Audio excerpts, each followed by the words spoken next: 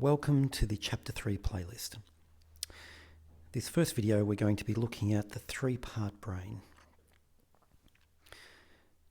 Many people find this a useful way of understanding the strong emotions and the tricky behaviours that children and adolescents can experience, and also the emotions that we feel. How 1 minute we can be calm and thoughtful and curious and have a great plan, and the next minute all the plans go out the window and we're yelling, avoiding, trying to dominate, feeling that we're being controlled. So this idea is a way of understanding that and a way of guiding us in how we respond when there are these strong emotions and tricky behaviours. So,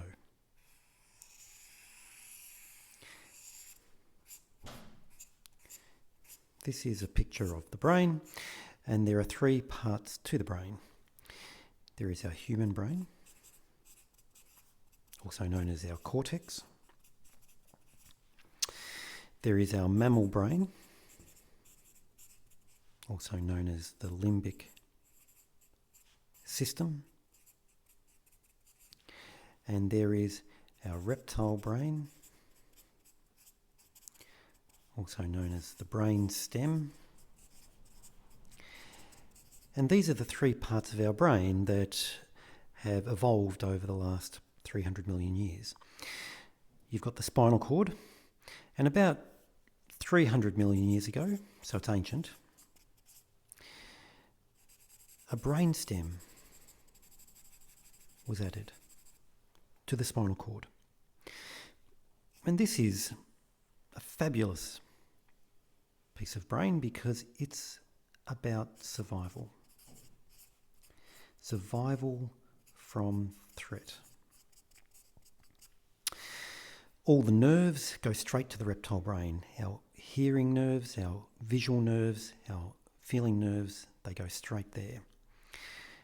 This is like the most basic hardware of our brain, and it is overwhelming. When it turns on, it takes over. It makes us mindless. Once this part of our brain turns on, if we feel under threat, our mind turns off and we go into reptile mode, which is great if we are under actual threat. So if someone's coming at you with a knife, or if someone's physically attacking your child, well, you would want them to have a reptile brain response. You would want this part of the brain to be running the show, because that part of the brain is responsible for survival. Unfortunately, two other things turn on the reptile brain for some children, well, for all of us actually, and we'll get to that later.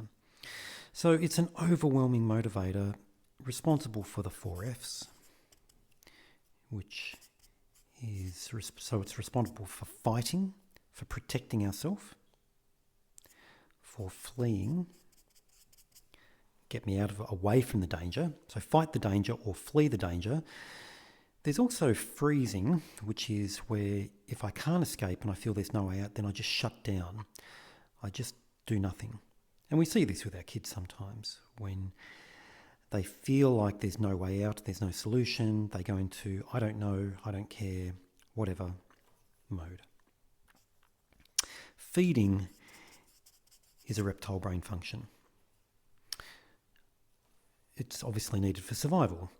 It's one of the reasons why eating disorders are so tricky, because part of the drive around food is so primitive, it's so basic. And changing those drives or being able to restrain them or contain them is a big challenge. And the 4th F is sex. You can work out the 4th F. So this is an incredible part of our brain and incredibly important.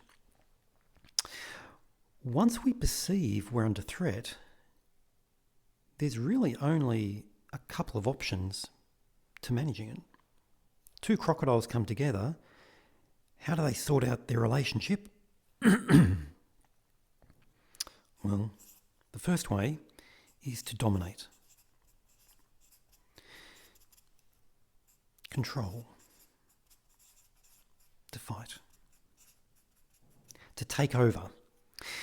If I perceive I'm under threat, then my first response might be to take over, to fight the person who I feel is trying to dominate me. The other option, little crocodile, big crocodile, well, you don't fight, you submit to the stronger person, but then you avoid.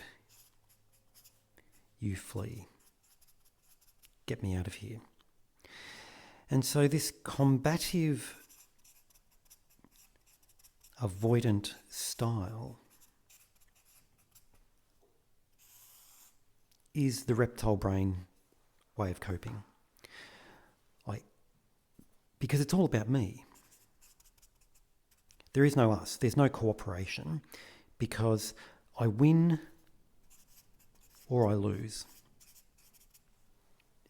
They're the only options for this powerful but relatively stupid part of our brain. If your child's reptile brain is running the show because they're feeling reasonably, or for other reasons, under threat, then you're going to have a child who's only interacting with you in a dominate, control, fight way, or a submit but I'll avoid you and get out of their way. And in all things, they will judge. There is the pecking order. This makes relationships very difficult, because rather than us coming together and working together and cooperating, it's all about being better or worse. It's about being right or wrong. It's not about the fun. It's about whether you're right or whether you're wrong. So people who feel under threat, people who feel angry, people who feel scared are often very judgmental. It might be of themselves, it might be of others, but judgment. And it's all about me. This, of course, makes things very serious. I mean, to have a reptile way of interacting with someone, it's a fun killer. I mean, it's really quite boring. When someone's really angry, you don't want to be with them. In fact, you want to avoid them. So this first part of the brain, very powerful, but makes people very lonely. Because after the domination, you don't have a relationship with the person you've dominated, you've just beaten them. You don't want to be with someone who's just dominated you. Or you submit to them, but you avoid them, and then there's no relationship. So a reptile relating leads to loneliness, leads to a disconnection.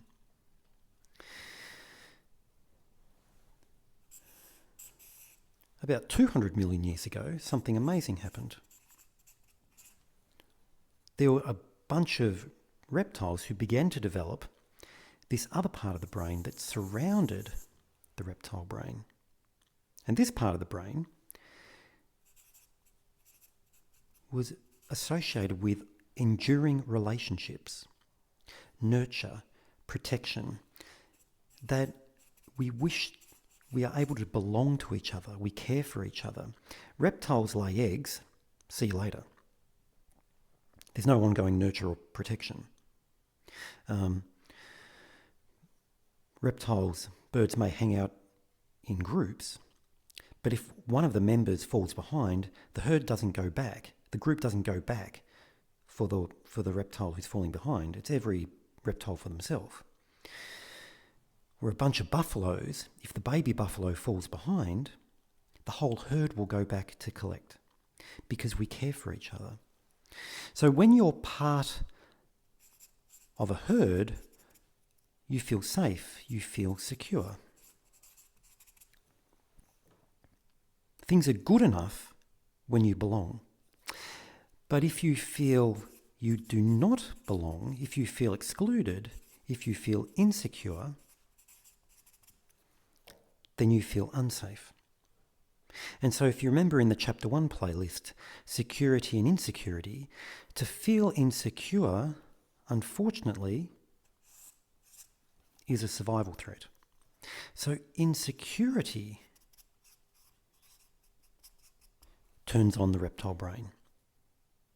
So if our child, when they feel secure, can play, they can have fun, they can have joy, we can cooperate.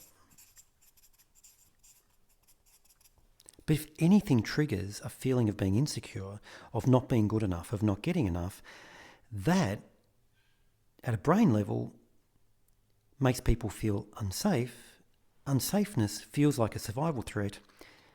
And in that moment, the child goes from the good stuff, the fun stuff, the play stuff, almost instantly goes into combat avoidant.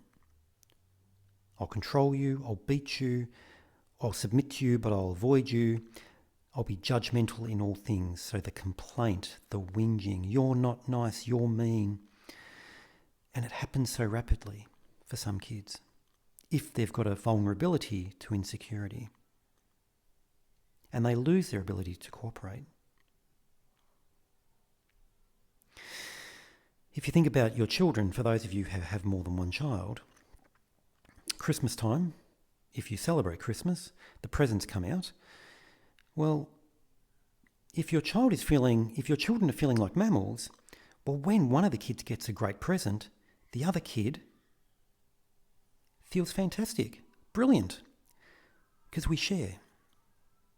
Your win, because it's about us to a mammal, your win is my win. So when something good happens for someone else, you can be happy for them. But if your child is vulnerable to insecurity and the brother or the sister gets a great present, the other sibling's win is their loss. And so a great present doesn't result in fun and play and joy. A great present results in disappointment, complaint, fun killing. They don't play together. So, unfortunately, disappointment can turn on the reptile brain. Simply the word no, a child can go reptilian. So understanding where some of this combative avoidant comes from, because often the good stuff is all there, the ability to do this is there, but they so quickly go in this direction. Growing up is in many ways the restraint of our reptile brain by our mammal brain, our ability to learn to cooperate, learn to fit in.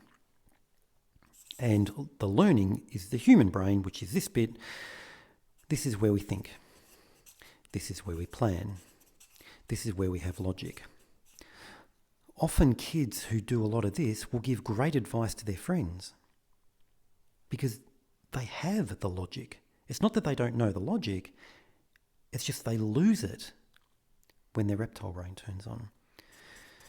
Our human brain is where we have language, the ability to tell a story, the ability to be curious, to wonder. The beginning of wisdom is wondering. Very smart, very flexible, but it's weak. Unfortunately, the reptile brain wins every time. It's overwhelming. This part of our brain, it will turn off in the face of fear or anger. So growing up is where we make these connections between our human brain to restrain our anger, restrain our sadness, learn how to hate well, learning how to worry well, learning how to be sad well, learning how to fit in, learning how that it's win-win. Just because you haven't won is no big deal. How to cooperate. And so this idea that there's three parts to our brain, the implications of this we're going to look at over the coming videos, because understanding this helps us to know that which part of our brain is working in our child can guide us in how we respond to them in that moment.